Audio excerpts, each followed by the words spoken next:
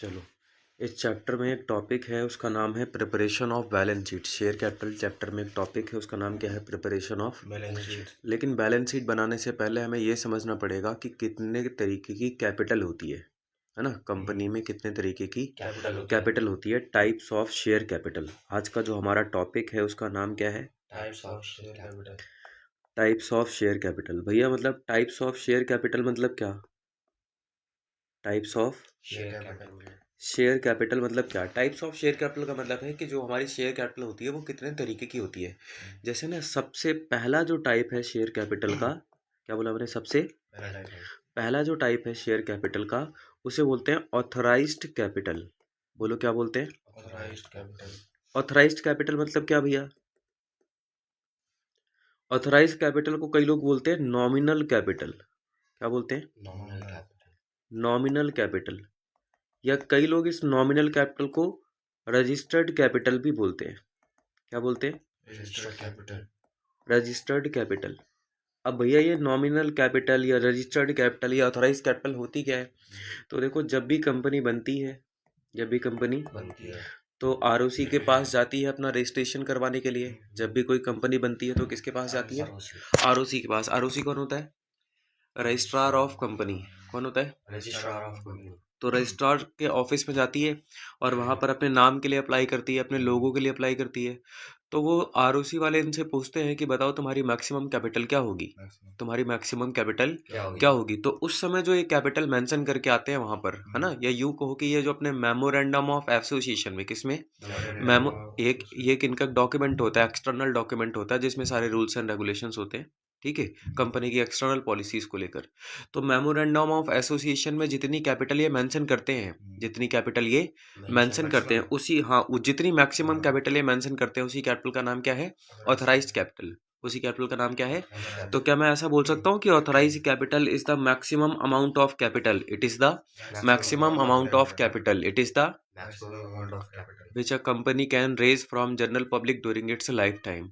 एक कंपनी अपने पूरे जीवन काल के दौरान, एक कंपनी अपने पूरे जीवन काल के दौरान, लाइफ टाइम के दौरान जितना पैसा पब्लिक से ले सकती है, जितना पैसा पब्लिक से, उसी पैसे का नाम क्या है? Authorised capital. उसी पैसे का नाम क्या है?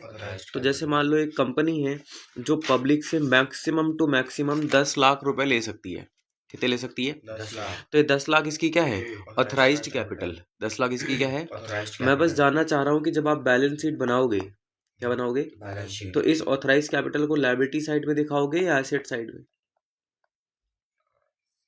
इस जो 10 लाख है, इसे सर हम लाइबिलिटी एसेट ये लायबिलिटी साइड में। कैपिटल कहाँ जाती है? लायबिलिटी साइड में। तो जो मैक्सिमम हम 10 लाख ले सकते हैं उसे कहाँ दिखाओगे?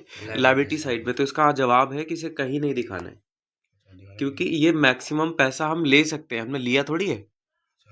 समझ रहे हो बात को? ये मैक्सिमम पैसा हम ले सकते हैं। अब जैसे मैं आपको बोल दूं कि आपको कभी जरूरत हो मेरे से 1000 रुपये मांग लेना, आप मेरे से 1000 रुपये ले सकते हो, पर आपने लिए थोड़ी है। समझ रहे हो बात को? तो ले सकते वाली बात अलग है और लेने वाली बात अलग है। तो जब ले लोगे पैसा तब वो लायबिलिटी है, और ले सकते हो ये आपके लिए कोई लायबिलिटी नहीं है। समझ गए? तो इतना पैसा कंपनी मैक्सिमम ले सकती है, लेकिन ये कंपनी के लिए कोई लायबिलिटी वगैरह नहीं है। क्लियर हो गई बात? It is the maximum amount of capital. It is the maximum amount of capital which a company can raise from general public during its lifetime. during its life time. और authorise capital के दो parts होते हैं। एक का नाम है issued capital. क्या नाम है? Issued capital. और दूसरे का नाम है अनइशूड कैपिटल। इशूड कैपिटल और बोलो क्या? unissued capital समझ नहीं आया भैया? इशूड कैपिटल क्या है, अनइशूड कैपिटल क्या है? तो जैसे मान लो हमारी लिमिट थी कि हम 10 लाख रुपए ले सकते हैं। कितने ले सकते 10 हैं? लाख पर हम लेना ही चाहते हैं 7 लाख।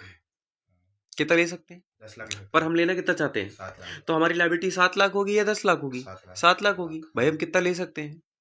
ना हम कितना ले सकते हैं? 10 लाख 10 लाख। पर हम लेना कितना चाहते हैं? 7 7 लाख। इशू कितना करना चाहते हैं? 7 लाख, है ना? कितना नहीं इशू करना चाहते? 3 लाख 3 लाख। तो जितना इशू करना चाहते हैं वो लायबिलिटी है कि जितना लेना चाहते हैं वो लायबिलिटी? मतलब जितना पैसा हम ले सकते हैं वो हमारी लायबिलिटी है कि जितना पैसा हम लेना चाहते हैं वो हमारी लायबिलिटी है? लेना चाहते हैं। ना चाहते तो हम बहुत, हाँ चाहते तो हम बहुत कुछ हैं। आ रही बात समझ में? सब कुछ हमें मिलता थोड़ी है। समझ रहे हो? तो ना तो इशूड कैपिटल लायबिलिटी है, ना ही ऑथराइज कैपिटल लायबिलिटी है। ये मैक्सिमम पैसा हम ले सकते हैं ले सकते हैं और ये पैसा हम मैक्सिमम लेना चाहते हैं। ये पैसा हम मैक्सिमम लेना चाहते अभी हैं लिए नहीं है। अभी लिए नहीं है। हाँ अभी मतलब लेना तो हम चाहते हैं, हाँ पर जो आप चाहते हो आपको मिल जाए ऐसा जरूरी तो नहीं है ना। अच्छा बोलो हाँ या दोनों ना। अभी लिया ही नहीं है हाँ, जैसे आप लोग लगे हुए हो कि भाई थोड़ा अच्छे मार्क्स आ जाए, इसमें आ जाए, उसमें आ जाए, पर आ जाएंगे इसके बाद की कोई गारंटी थोड़ी है। गारंटी नहीं है आ रही बात समझ में? क्योंकि क्लास में आधे घंटे लेट एंट्री मारनी है, फिर होमवर्क करके भी नहीं आना है, ठीक है। तो मतलब वो सब इच्छाएं हैं, सही है समझ रहे हो? इच्छाएं पूरी होंगी इस बात की कोई गारंटी। नहीं है तो ये 10 लाख हम ले सकते थे, उसमें से हम 7 लाख लेना चाहते हैं चाहते हैं, पर ये दोनों हमारी लायबिलिटी। नहीं नहीं है। है अच्छा, लेकिन मान लो पब्लिक ने सब्सक्राइब करे। इशूड के दो पार्ट्स हैं, हम्म, एक का नाम है सब्सक्राइब्ड कैपिटल। क्या नाम है? Subscribe capital subscribed capital. और दूसरे का नाम है अनसब्सक्राइब्ड कैपिटल। अनसब्सक्राइब्ड कैपिटल। तो जैसे हमने इशू करे थे 7 लाख 7 लाख, लेकिन पब्लिक ने अप्लाई किया 6,50,000 के लिए। कितने के लिए? 6,50,000 और कितने के लिए अप्लाई नहीं किया? 50,000 50,000 के लिए। हम्म, समझ रहे हो ना? हाँ, पब्लिक कितने के लिए अप्लाई कर रही है? 6,50,000 हमने इशू तो कितने करे थे? 7 लाख 7 लाख, पर पब्लिक कितने के लिए अप्लाई कर रही है? 6,50,000 और कितने के लिए अप्लाई नहीं कर रही है? 50,000 तो हमारी लायबिलिटी 7 लाख हुई या 6,50,000 हुई? 6.5 6.5, क्योंकि पब्लिक इतने के लिए अप्लाई कर रही है ना। और फिर तुमको पता है पब्लिक के भी मूड स्विंग्स होते हैं, हम्म, पैसा ही ना दे आगे, पैसा नहीं है अलॉटमेंट का पैसा ना दे, फर्स्ट कॉल का पैसा ना दे, सेकंड कॉल का पैसा ना दे, तो ये भी एग्जैक्टली हमारी लायबिलिटी नहीं है। ये लायबिलिटी हो सकती है, पूरे पूरे चांसेस हैं कि ये लायबिलिटी हो सकती है, पर ऐसा हो इस जरूरी नहीं है, क्योंकि आप फॉरफीचर तो पढ़ के आए हो। फॉरफीचर पढ़ने पर हमें क्या पता लगा? कोई कंपनी मतलब कोई शेयर होल्डर पैसे देता नहीं है कोई शेयर होल्डर पैसे देता है और कोई शेयर होल्डर पैसे नहीं नहीं देता है। कोई शेयर होल्डर पैसे देता है, कोई शेयर होल्डर पैसे नहीं देता नहीं देता है। समझ गए बात को? तो ये सब्सक्राइब कैपिटल जो है, हम कितना मैक्सिमम पैसा ले सकते थे 10 लाख और हम कितना लेना चाहते हैं, 7 लाख लेकिन पब्लिक हमको कितना देना चाहती है? 6,50,000। 50,000 6,50,000। अब आपको समझना पड़ेगा, इशूड के भी दो पार्ट्स हैं। किसके? सॉरी, सब्सक्राइब के भी कितने पार्ट्स हैं? दो। एक का नाम है subscribed and fully paid up. क्या नाम है? Subscribe and fully paid up subscribed and fully paid up. और दूसरे का नाम है subscribed but not fully paid up. पहले का नाम क्या था? Subscribe and fully paid up और दूसरे का नाम क्या है? Subscribe but not fully paid up subscribed but not fully paid up not fully paid up. ठीक है, तो मैं आपसे बस शेयर लिख के पूछ रहा हूँ, आप मुझे बताना ये फुल्ली पेड अप होगा या नॉट फुल्ली पेड अप होगा। 10 रुपए का शेयर है और हमने पैसे मंगवाए 4 3 2 1 4 3, और ये 3 कॉल का पैसा नहीं आया। ये फुल्ली पेड अप हुआ कि not fully paid up? Not fully paid up क्यों? क्योंकि सारा पैसा आया नहीं। क्योंकि सारा पैसा आया ही नहीं है। तो ये जो 10 रुपए का शेयर है, 4 3 2 1, और अगर 1 2 रुपए नहीं आए, कि कोई भी कॉल नहीं आई, तो वो नॉट फुल्ली पेड अप होगा। क्या होगा? अच्छा, मैं यहाँ पे लिख रहा हूँ, आप बताना ये फुल्ली पेड अप होगा या नॉट फुल्ली पेड अप होगा। जैसे मैं अगले पेज पे लेके जाता हूँ आपको। 10 का शेयर है, कितने का? 10 का, और हमने पैसे मंगवाए 4 3 2 1 4 3 2 1, और ये 1 रुपए हमने मंगवाए नहीं है, बाकी जितने मंगवाए उसमें से 2 रुपए आए नहीं है। तो फुल्ली पेड अप हुआ कि not fully paid up? Not fully paid up क्यों? क्योंकि 2 रुपए नहीं आए। 10 का शेयर है, 4 3 2 1 करके मंगवाए, 1 रुपए हमने मंगवाए नहीं और 2 रुपए आए नहीं, है ना। तो ये फुल्ली पेड अप हुआ कि not fully paid up? Not fully paid up. अब आपको ये बताना है कि जैसे 10 का शेयर है, कितने का? 4 3 2 1 करके मंगवाए, कहीं क्रॉस नहीं लगा, कहीं क्रॉस, ये चलो हर जगह टिक कर देता हूँ, सारा पैसा आ गया, तो फुल्ली पेड अप है not fully paid up? Fully paid up हो गया।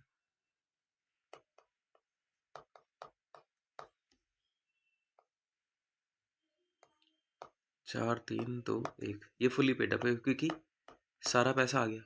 सारा पैसा आ गया। चलो, अगर मैं ऐसा कर दूं, कि मैंने 1 रुपए नहीं मंगवाए, 1 रुपए नहीं मंगवाए, पर जितने मंगवाए सारे आ गए, हाँ फुली पेड अप है, तो ये फुली पेड अप हुआ कि not fully paid up? Fully fully paid up हुआ कि नॉट फुली पेड अप? हमने 1 रुपया मंगवाया नहीं है ना, मंगवाया सब नहीं बिल है, गया उसका। है ना? और जितना मंगवाया सारा आ गया, तो फुली हाँ। पेड अप है कि not fully paid up? Fully paid up, fully paid up है ना? हाँ, अब आपको पता है, एक दिन मैं ऋतिक से पूछ रहा था हाँ, कि तुम्हारे इस बार अकाउंट्स में कितने नंबर है? हाँ, कहता है भैया मेरे 100% मार्क्स हैं। हाँ, क्या कहता है? 100%, 100%। मैंने बोला कैसे?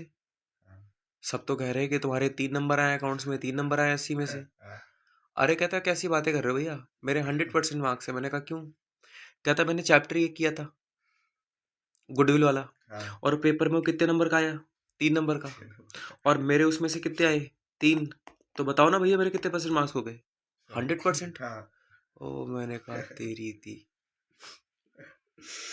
समझ पा रहे हो बात को? हाँ, ये क्या कर रहा है, 80 में से 3 नंबर लेके आ रहा है, लेकिन इसने अपनी अलग फिलोसफी बना ली कि क्योंकि मैं 80 में से सिर्फ 3 नंबर का सिलेबस करके गया था और मेरे 3 नंबर आए हैं, तो मेरे तो 100% है। अच्छा तो फिर नॉट फुली पेड अप होगा, ये हम करेंगे तो 10 के हिसाब से ही कॉल किया है, समझ रहे हो बात को? घुमाए हैं। अब आप अपने हिसाब से तो पेपर सेट नहीं कर सकते ना, क्योंकि भैया मेरे को 6 नंबर का आता था, मैंने 6 नंबर का किया, तो मेरे तो 100% मार्क्स है। हाँ, बाकी जो 94 लेकर आ रहे हैं वो मेरे से पीछे हैं, क्योंकि उनके 94% है और मेरे 100% है, क्योंकि मेरे 6 में से 6 आए हैं। मैंने पूरा पेपर अटेम्प्ट ही नहीं किया। ये कोई तरीका नहीं है, हाँ, ये कोई ठीक है, तरीका नहीं है। समझ रहे हो बात को?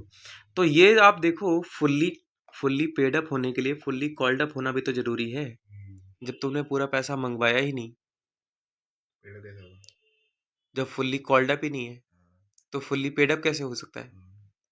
जब फुल्ली, तो एक मोबाइल नहीं तो फिर शोल्डर कैसे देगा? हाँ मतलब फुल्ली पेड अप होने के लिए पहले फुल्ली कॉल्ड अप होना जरूरी है ना। हाँ, 100% मार्क्स आने के लिए पहले 100% पेपर करके आना जरूरी है ना। हाँ, वैसे ही फुल्ली पेड अप होने के लिए क्या जरूरी है? पहले fully called up, called up होना जरूरी है। तो ये जो शेयर है 10 में से 4, 3, 2, ये सारा पैसा आ गया और 1 रुपए हमने मंगवाए नहीं, तो ये नॉट फुल्ली पेड अप में आएगा। किसमें आएगा? Subscribe but not fully paid up में। क्लियर होगी बात? अब मैं इनकी डेफिनेशन लिखवा रहा हूँ, लेकिन पहले आप इसको एज इट इज जरा नोट करो, इसको यहाँ से यहाँ तक एज इट इज इसको पहले नोट करो। ठीक है, कर लिया नोट? चलो आगे बढ़ते हैं। अब इसकी डेफिनेशन लिख रहे हैं। पेपर में से कोई भी एक डेफिनेशन आ जाती है लिखने के लिए कि बताओ ऑथराइज्ड कैपिटल क्या है, या इशूड कैपिटल क्या है, या सब्सक्राइब कैपिटल क्या है, subscribe and fully paid up क्या है, वो subscribe but not fully paid up. और आजकल तो एमसीक्यू वाले क्वेश्चन आते हैं, तो एमसीक्यू में एक डेफिनेशन लिख के दे देंगे और बताएंगे बताओ इसका मतलब क्या है ना? तो चलो डेफिनेशन लिख रहे हैं। सबसे पहले लिखो अपनी कॉपी में authorised capital.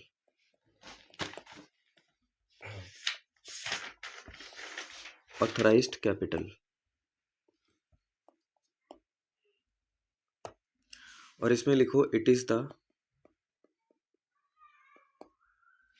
Maximum amount of capital, it is the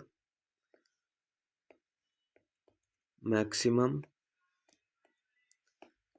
amount of capital which a company can raise, which a company can raise मतलब receive from general public, which a company can raise from general public during its lifetime, during its lifetime। ठीक है, it is the maximum amount of capital which a company can raise from general public during its lifetime। Authorised के दो parts होते हैं, एक तरफ issued capital और एक तरफ अनइशूड कैपिटल। इसको बिल्कुल हम लेमैन लैंग्वेज में लिख रहे हैं। इशूड कैपिटल में लिख लो it is that part of authorised capital, it is that part of authorised capital which is issued by the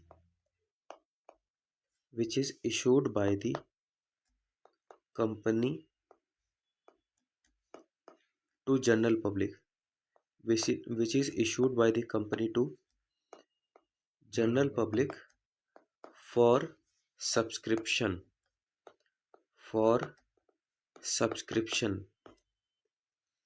issued capital हो गई है। अनइशूड में लिखो it is that part of authorised capital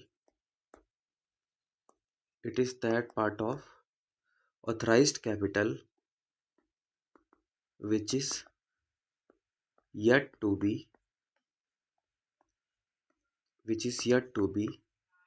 issued by the company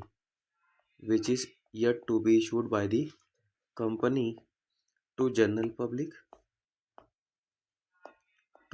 public for subscription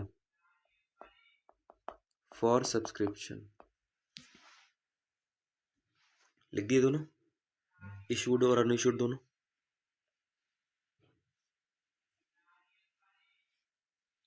कर दिया,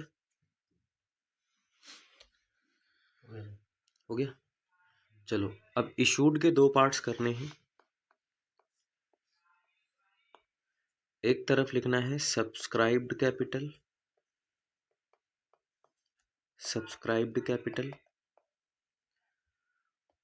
और दूसरी तरफ लिखना है अनसब्सक्राइब्ड कैपिटल। सब्सक्राइब्ड कैपिटल और क्या लिखा? अनसब्सक्राइब्ड कैपिटल। सब्सक्राइब्ड में लिखो it is that part of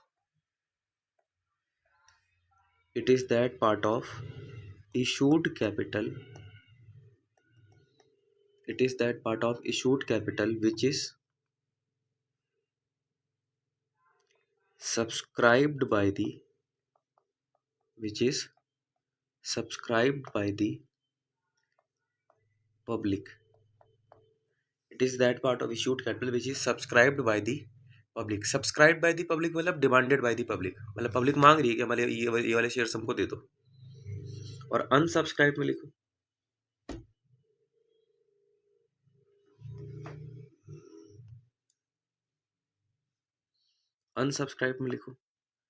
it is that part of issued capital which is yet to be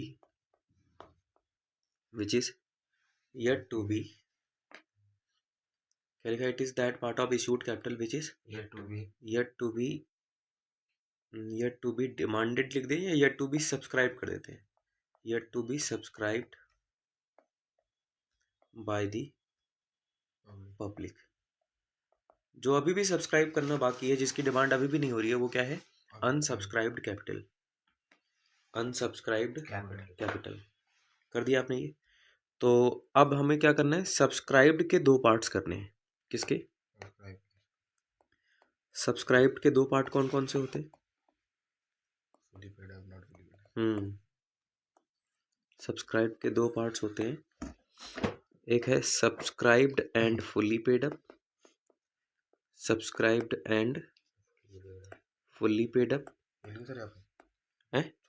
हाँ यही कर दो, subscribed and fully paid up. और दूसरे में लिखो subscribed but not fully paid up.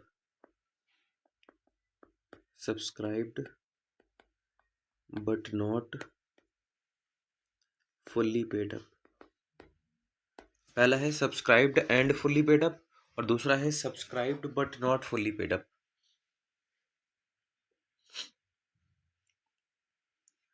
Subscribed and fully paid up और दूसरे में क्या लिखा? Subscribed but not fully paid up.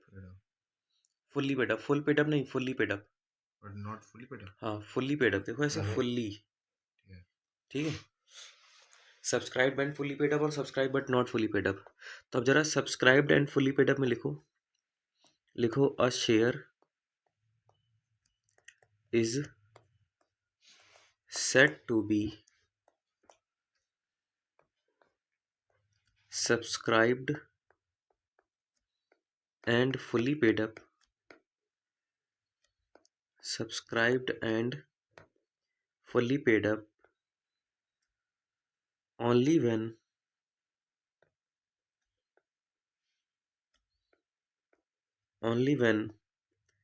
entire amount of share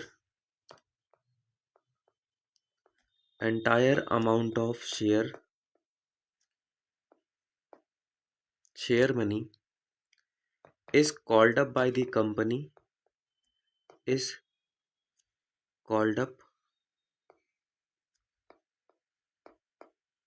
the company and paid up by the shareholder.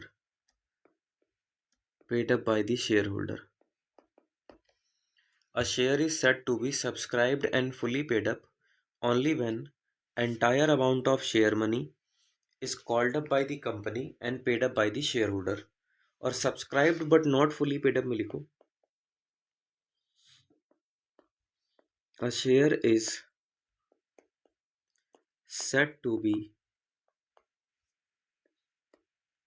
subscribed but not fully paid up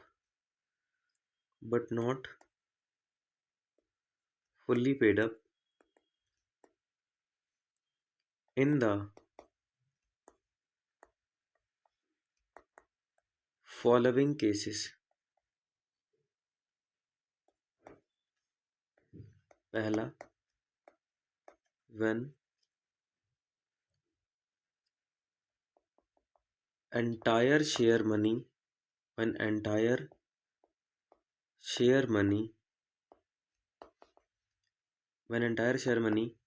is called up by the company but does not paid up by the shareholder.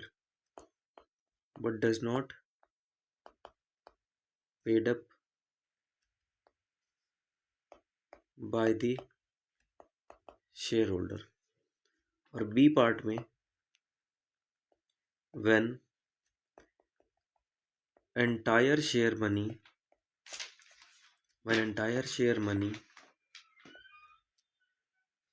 is not called up by the company is not called up by the company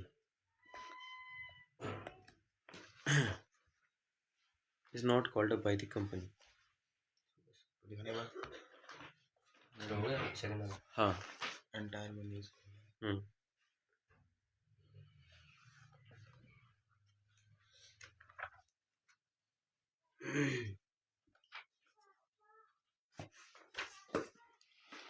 called करिए। By the company.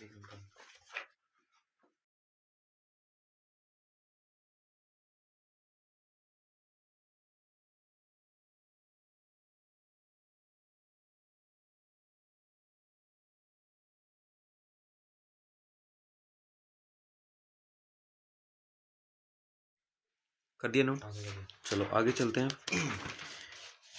एक type of capital है, शायद पिछले page में हो जाएगी, यहाँ पे हो जाएगी। एक और टाइप ऑफ कैपिटल है इन सबसे अलग, उसे बोलते हैं रिजर्व कैपिटल। क्या बोलते हैं? Reserved capital. रिजर्व्ड। हाँ, पहले एक बारी समझ लो रिजर्व कैपिटल का मतलब। चलो लिखो it is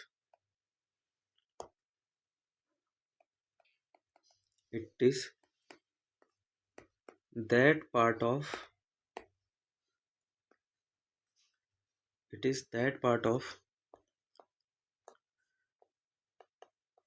subscribed capital which is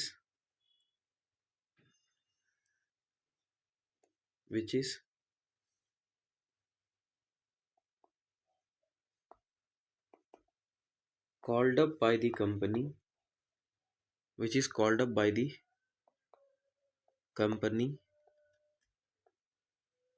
only at the time of it is that part of subscribed capital which is called up by the company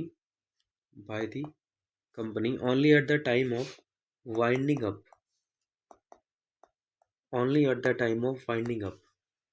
जब कंपनी बंद हो रही होती है उस समय जो कैपिटल हम सिर्फ मंगवा सकते हैं उसे क्या बोलते हैं?